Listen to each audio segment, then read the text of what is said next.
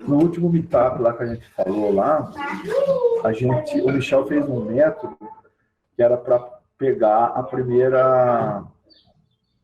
primeiro caractere da string, né? Passar para maiúsculo. A gente viu aí também alguns métodos ali, né? Usando o uppercase e tal. Então, o que eu resolvi fazer? É um negócio bem mais complexo, tá? Que é criar um método como se fosse nativo, tá? No JavaScript, para fazer essa... que é para cumprir esse objetivo aqui, ó, que a gente está falando aqui, ó, como vocês podem estar vendo. Eu estou usando, deixa eu comentar até uma coisa aqui que eu esqueci de falar, eu estou usando o CodePen, tá? Se vocês quiserem conhecer o CodePen.io, é um editor online, né? Que você pode, você não precisa ter, que a gente está usando o editor que é o Sublime e tal, não, esse daqui é online mesmo. Você vai lá, CodePen.io, se cadastra, e você pode manipular lá HTML, CSS, JavaScript, para você fazer testes aí, fazer demonstrações, você pode compartilhar, e inúmeras coisas aí com esse editor aí, né? Que pode estar sendo feito. Eu acho que eu vou até tentar ser meio breve aqui, pessoal. É um assunto bem mais complexo do que vai aparecer aqui, várias coisas aqui. Vou tentar ser meio breve, senão a gente vai se alongar muito aí, não vai acabar não explicando tudo também, porque nem daria, né? E o meetup vai ficar comprido também. Então, o que a gente quer fazer? A gente quer... Porque não tem, né? No JavaScript não tem um método que faça isso, que pegue as primeiras caracteres aí de uma string, todos eles, que nem aqui, né? Ó, a gente está vendo no exemplo aqui, ó. Eu já coloquei o código todo aqui, né? Que é esse código que está aqui, ó, do lado, tá? Então, como a gente pode ver aqui, eu declarou uma string, toda bagunçada aí, com minúsculo, maiúsculo, tá com o meu nome, tá? Para quem não sabe, esse é meu nome, tá? E daí, o que a gente fez aqui? A gente usou a gente fez essa função aqui, tá? Vou tentar explicar ela parte a parte, o resultado final é esse aqui, ó, que a gente tá vendo aqui, tá? Ó. Angelo Rubin, que é só as primeiras para maiúsculo, né? Você pode ver que está totalmente diferente aqui. O que a gente fez nesse código? Vamos tentar explicar aí linha a linha aqui no editor, tá, pessoal? Bom, na linha 1 aqui, né? A gente declarou string, como a gente já falou, né? E declarou a variável e colocou a string dentro, o nome. Todo bagunçado, minúsculo, maiúsculo. Na linha 3 é onde vai começar toda a nossa diversão aqui, né, pessoal? Bom, como a gente vai manipular uma string, a gente vai usar o objeto global string do JavaScript. O JavaScript tem um monte de objeto global, né?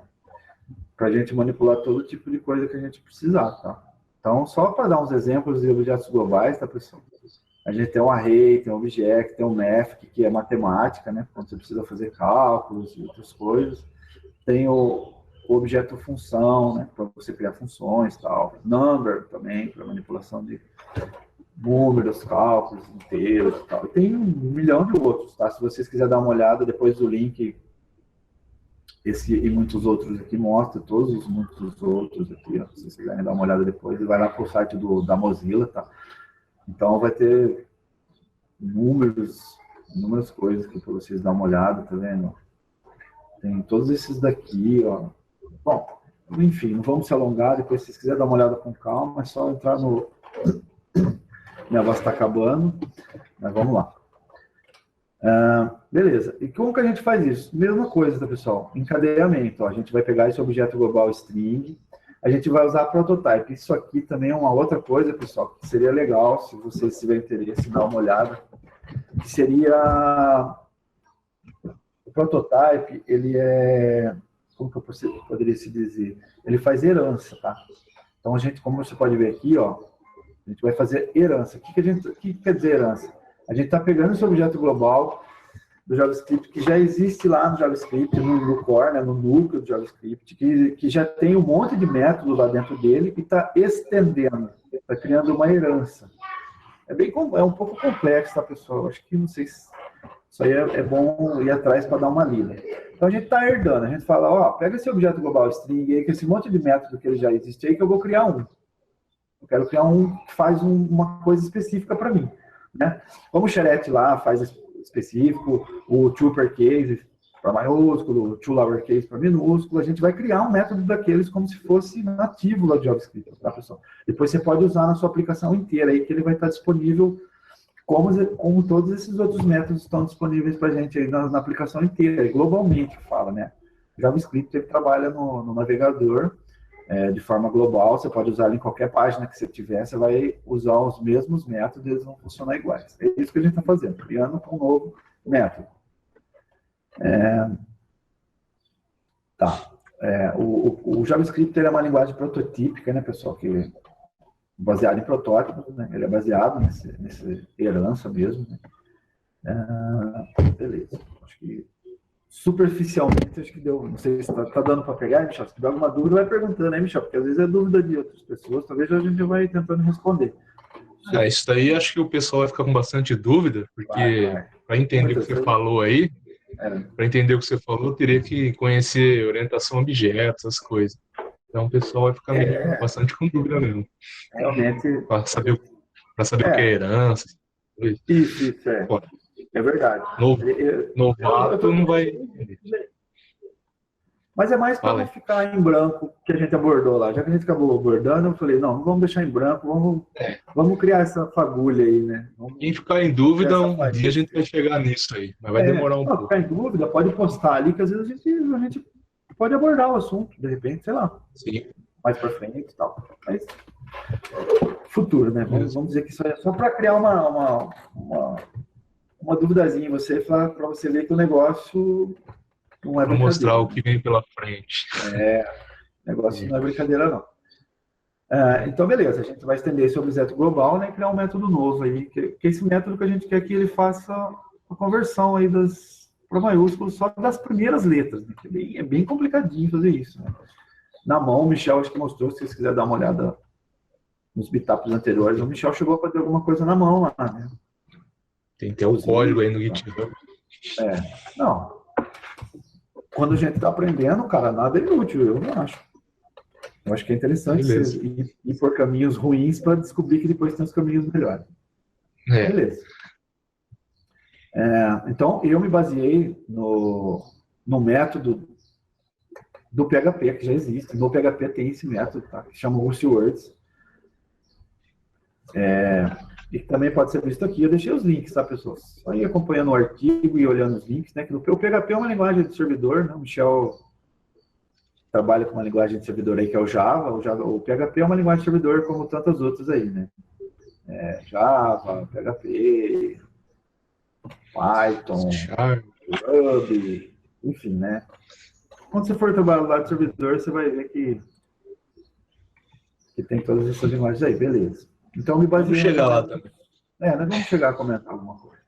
Então, o que eu estou fazendo? A gente pegou o objeto lá, o string, né, que a gente quer, falou para ele, ó, estende o objeto, o prototype, e me cria esse método aqui que a gente dá um nome para ele, o UseWords, tá? Beleza, já estamos no caminho aqui, né? Aí, o que a gente tem que fazer? A gente criou uma função anônima. Não sei se o Michel também chegou a falar nos outros meetups, eu não me lembro mais, porque já foram uns 4 meetups, né, ou mais. Não. A gente falou sobre função anônima? Acho que não. Não, falei. Função anônima é como se fosse uma função, só que sem assinatura. O que é sem assinatura? Sem o nome aqui. Se a gente fosse criar uma função com nome, a gente daria um nome para ela. Só que como a gente vai colocar numa variável, a gente... É como se fizesse isso, tá, pessoal? Uma função comum, desse o nome. Nome, uma função. Só que o que a gente está fazendo aqui em cima é criá-la sem nome. Porque a gente vai... É como se fosse um retorno, tá, de tudo isso aqui que a gente está fazendo. É bem complexo de entender, tá, pessoal? Eu não vou nem Não vamos nem se ater a explicar muito a fundo isso, porque é como se fosse o retorno disso aqui que a gente está criando. Só que a gente atribui a uma variável. Aí a gente vai lá dentro desse método anônimo e a gente vai começar a brincadeira aqui, né? O que a gente está fazendo aqui. Na linha 4, né, a gente faz o quê? A gente faz cria uma string, né?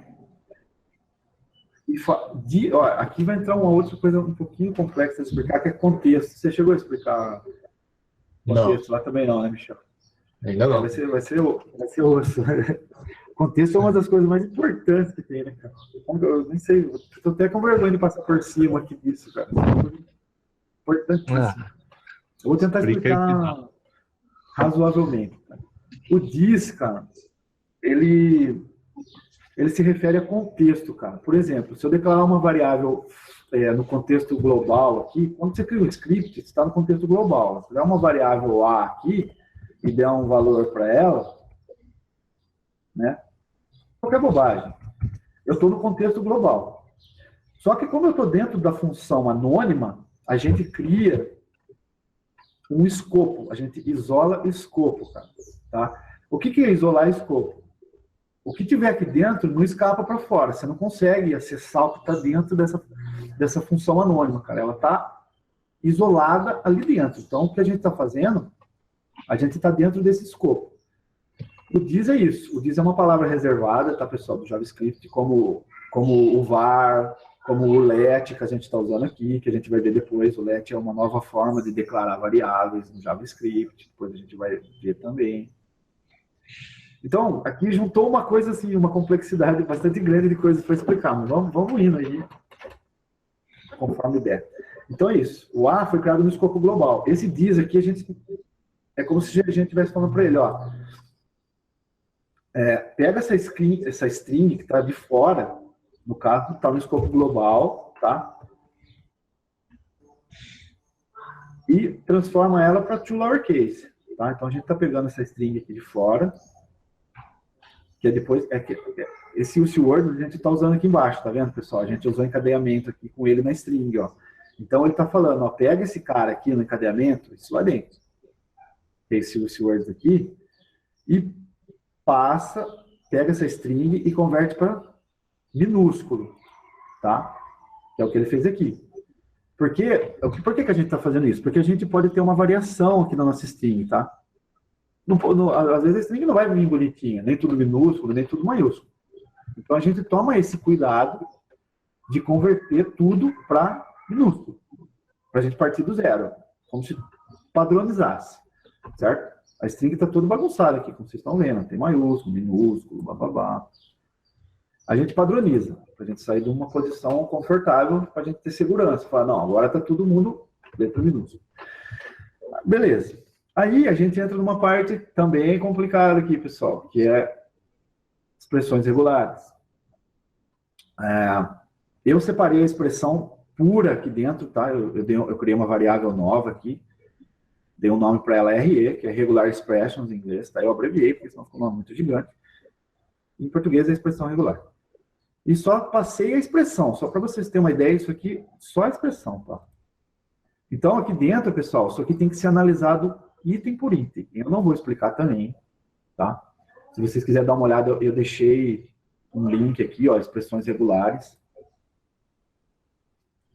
para vocês dar uma olhada, tá? O que ela faz. É uma coisa que tem que ser estudada passo a passo, é bem complexo, mas só para você ter uma ideia, tá? Depois é só pegar o artigo e ir seguindo, se você tiver curiosidade, e vai olhando o que faz. Então, essa expressão regular aqui, a gente passa um /G aqui no final, ó, como vocês estão vendo aqui, porque ela faz uma coisa global, tá? Esse /G tem /I, tem vários barras ali que para você especificar o quê. Não vamos entrar em detalhe, porque tem que explicar cada letra aqui significa uma coisa, tá, pessoal? Então, você vai olhar isso aí, você vai falar, credo, isso aí é coisa de maluco, eu nunca mais quero aprender a programar. Tem muita gente que vai fazer isso, cara. Tá? Primeira vez que você olha para a expressão regular, dá vontade de correr, cara. Mas depois que você entende, é uma das coisas mais úteis que você já viu na sua vida, cara. É muito útil, cara. Ajuda você a simplificar coisa muito complexa, que é o que a gente está fazendo aqui, tá? Beleza. Montamos nossa expressão aqui, esse monstro, né? E demos um return, né? Dentro da função, a gente sempre usa return, porque a gente vai fazer encadeamento, e se a gente não usar return, o encadeamento vai dar pepino depois, mais para frente, quando a gente precisar fazer isso aqui, ó, que é usar a anotação de ponto para fazer encadeamento. Se eu não dou return aqui, se eu mando um console aqui, se eu mando um alert aqui, deu merda. Esse encadeamento jamais vai funcionar. Tá? Então, toda vez que você fizer um método, você fizer uma função, usa return, cara. Return foi criado para retornar alguma coisa dentro de uma função. Seja ela uma função normal ou uma função anônima. Sempre usa return, sempre. Eu acho que o Michel que já programa há mais tempo, ele sabe disso, né? Sim. Quando você for fazer encadeamento, jamais usa control, jamais usa nada dentro de uma função. Return. Sempre return. Para tudo que você for retornar. Para poder fazer isso aqui, depois vai ficar isso aqui simplesinho, ó, esse encadeamentozinho bonitinho, fala para ele, ó, pega minha string, que é meu nome ali, e transforma ele em maiúsculo. Olha que simples que ficou, pessoal. Olha como que, quando você criou um método, e toda vez que você precisar usar, pode ser outro, ó. Você não vai precisar criar isso aqui de novo, né? Você cria uma string 2 aqui. Estou me antecipando aqui, tá, pessoal? Você cria uma string 2 aqui, ó. E cria ali Michel Medeiros. E a gente vem aqui e fala para ele, ó, pega essa string 2 ali. Vou mostrar no console, né? Que senão ninguém vai ver nada. Uma baderna. Deixa eu ver se vai funcionar o console dele mesmo aqui. O console dele aqui acho que já vai servir para nós. Deixa eu só dar uma passadinha aqui. Peraí. Ele não vai fazer, porque eu já sei que ele não vai. Ele não vai dar o refresh sozinho aqui, eu vou ter que fazer uma gambiarrinha aqui para ele dar um refresh. Beleza. Agora ele vai dar um refreshzinho aqui, a gente vai ver Michel Medeiros com os primeiros caracteres. Beleza. Não é apropriado. Deixa eu terminar aqui antes de explicar, né? Daí a gente usou o replace aqui, tá, pessoal? O replace a gente viu lá já, né? O que o replace faz? Ele pega o que a gente quer, no nosso caso é a expressão regular, né? Primeiro a gente pegou a string aqui, que é a nossa string aqui. No caso a gente está fazendo essa primeira aqui, tá, pessoal? Vamos voltar aqui para não fazer confusão. A gente já está confundindo mais ainda, né, o negócio que já não precisava. Beleza, voltou ali, né? Ele fez o Ângelo, que a gente estava fazendo a primeira aqui. E o replace pegou a expressão regular, achou, ele vai procurando aqui palavra por palavra, tá, pessoal? Aí a gente pegou esse S aqui que eu não expliquei, né? Lá na outra aula, no outro meetup, eu lembro que eu não falei o que era esse segundo parâmetro aqui do replace. Agora a gente já viu, né? O replace, você fala para ele o que você quer e o que você quer que ele substitui, né? Só que ele é o que ele buscou, ele vai fazer isso toda vez que ele encontrar nessa expressão regular que ele encontrar o que a gente está querendo, ele vai substituir por to uppercase, só a primeira letra, tá? E depois a gente retorna isso. E é isso que o método faz. E basicamente é isso. Acho que é isso aí, né? É claro que ninguém entendeu muita coisa, porque a gente está falando um negócio para iniciantes aqui, né? Não sei se tiver alguém mais avançado, deve ter entendido, obviamente, mas como a gente é iniciante. Tá bom. Pessoal aí, talvez. Acho que deu para clarear um pouco. Só uma curiosidade, cara, para terminar aqui, só para fechar, cara. Uma pergunta, tá vendo aqui no final, ó. Por que eu posso utilizar... deixa eu ver se eu utilizei, né? Vou falar besteira. Peraí, Uma outra coisa também, pessoal, por que eu posso utilizar arrow function? O que é arrow functions? É a nova forma de declarar função, tá, pessoal? Antigamente, a gente declarava a função, já mostrei, né? Function, nome da função, abre, fecha, beleza. A nova forma de declarar a função, pessoal, a gente pode declarar a função assim. Dessa forma que eu fiz aqui. Só que dessa forma aqui está mais abreviado ainda, tá? Ó, no JavaScript novo, a gente pode declarar uma função assim, ó. A gente pode passar um parâmetro aqui, que é como se fosse um parâmetro ali dentro. Vou complicar ainda mais, depois vocês me xingam à vontade, tá? Como se a gente tivesse um parâmetro aqui dentro e tivesse passado esse parâmetro lá dentro da nossa função. E a gente fez aqui nossa função anônima, só com uma função com nome, tá? Não é que no script 6 a gente não precisa mais declarar a função, a gente pode passar só isso aqui. Não precisa nem declarar o nome, tá? Dependendo de onde a gente for usar aqui, a gente nem do nome precisa mais. E depois a gente passa aqui dentro, ó, tá vendo? Ó, esse parâmetro que a gente usou ali dentro, o S.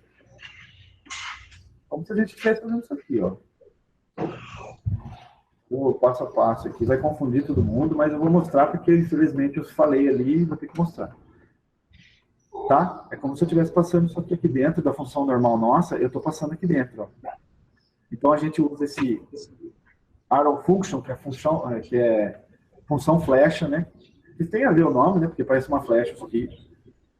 A gente não precisa mais usar nem isso aqui, as chaves, e a gente passa direto para ele, ó. Tá vendo? Que nem a gente fez aqui, ó.